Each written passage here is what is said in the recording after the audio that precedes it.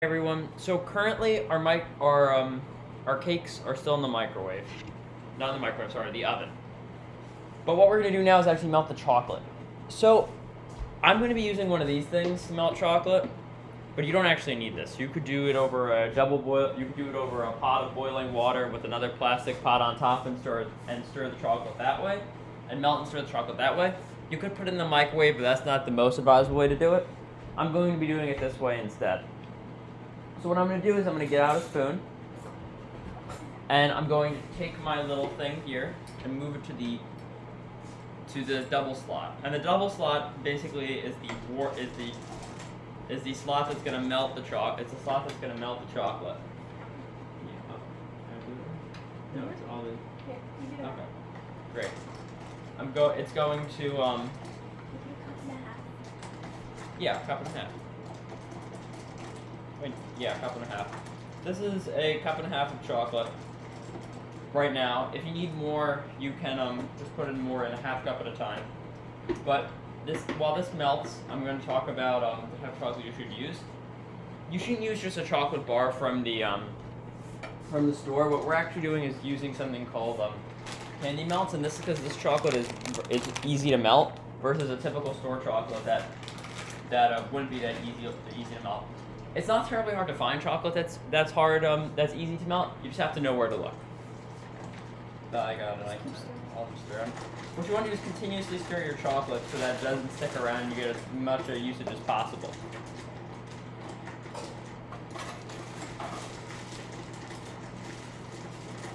Another thing that we find very nice to add is a dipping aid, which is something like this.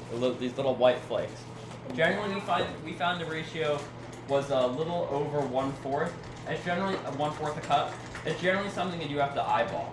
It's not something that there's a set ratio for. And from what Mom and Belle have looked on the internet, there's not really a set ratio that you can use.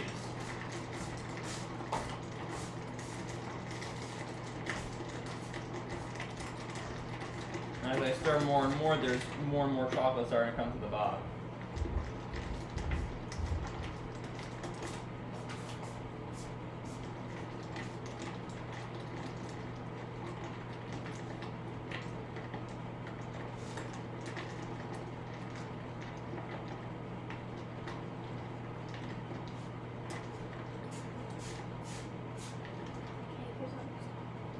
Yeah, the cake will be done soon. What's the time around it?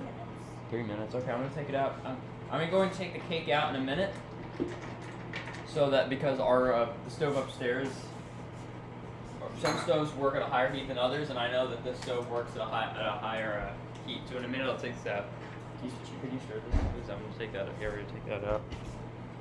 Where are we at? All right. In 45 seconds, I'm gonna start to take this out. So what I want to do is I want to get out a toothpick and test it. Do the toothpick test. Last time, when we did yesterday, we put it on for the full 22 minutes. In fact, yeah, but Mom said earlier that we could Yeah. take it out early. What you could actually do a fork or a chopstick, and it would work. And I'm pretty sure it would work. So Use a plastic fork here. This Yeah, doesn't plastic matter. fork. Yeah. They're not gonna see Okay. that. So we'll actually do is we'll start taking this out. Put it on top of the. Yeah, I'll just. Great. So I poke it in with a fork, and absolutely clean. This is done. Do the next one. A little resistance, just a little bit. So I'll put another spot. Comes out almost entirely clean. Yeah, that's fine. Yeah, take it out. That there, and then we'll take our cakes out because they're done at this point. First we'll take out this one. We'll take out this one down here, and those are done cakes. Now we're not going to serve the cake like this. We're going to have it crumbled up, and then we're actually going to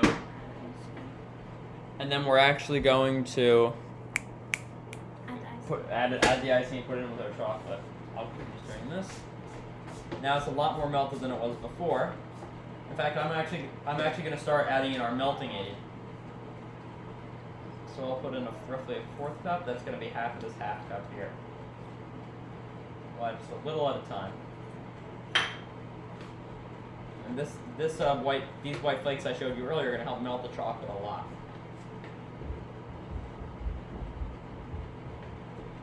Now you don't want your chocolate too thin, but you don't want it too thick either. And the correct consistency is something that you'll kind of have to eyeball from experience. I unfortunately do not have experience making cake pops, so we'll have to see how it goes.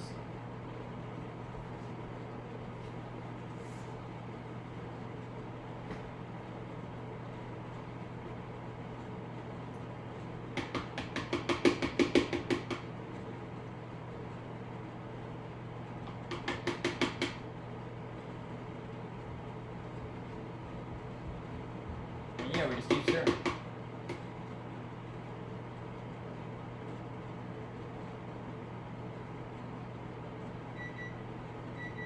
That's the timer from earlier. I'll just turn it off quickly.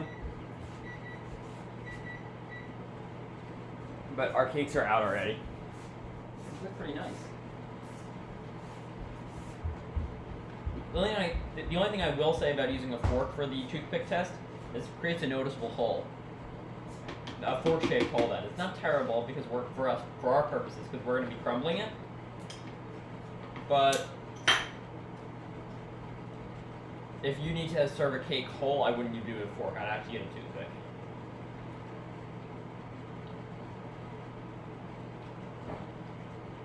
When you're done mixing, add this. Yeah, I started adding.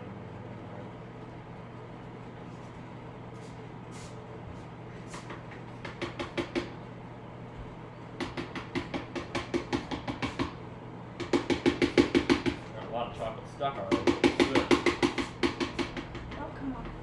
Yeah, we just have to be a little forceful.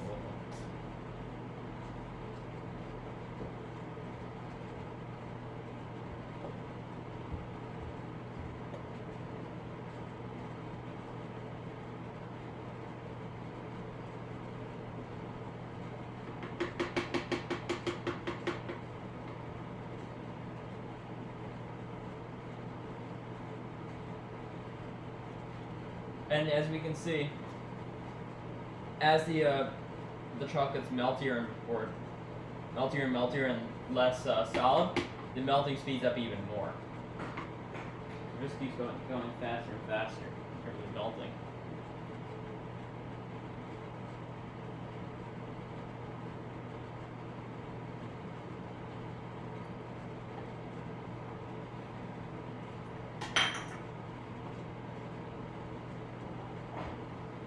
We'll just keep melting it.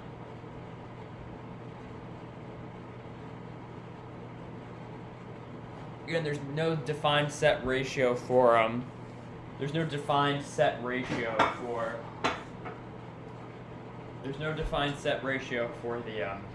these white flakes. I'm not even sure entirely what they're made of, but they help melt chocolate, so I'll take it.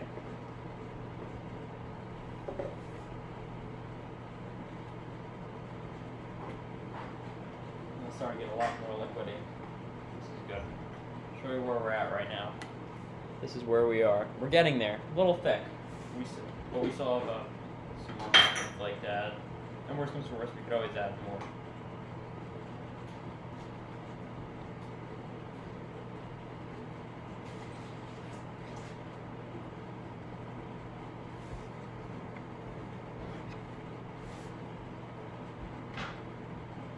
And we keep going.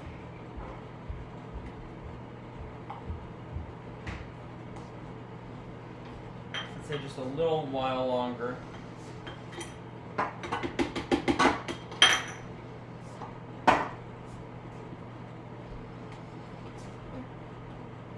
said it too thick last time, so a little thinner. Just a bit more melting it.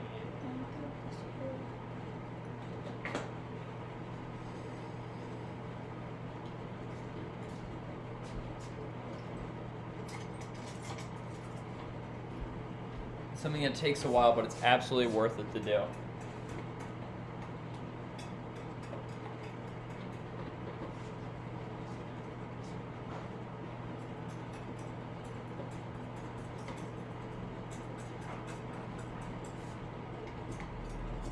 think this is starting to get where we need it to be.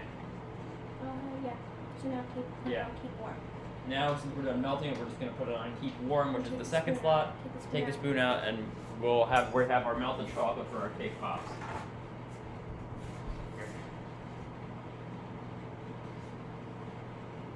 Now we let this cool for 2 minutes. We'll let that cool for a couple minutes, and then we'll start moving on to the next step with our cake.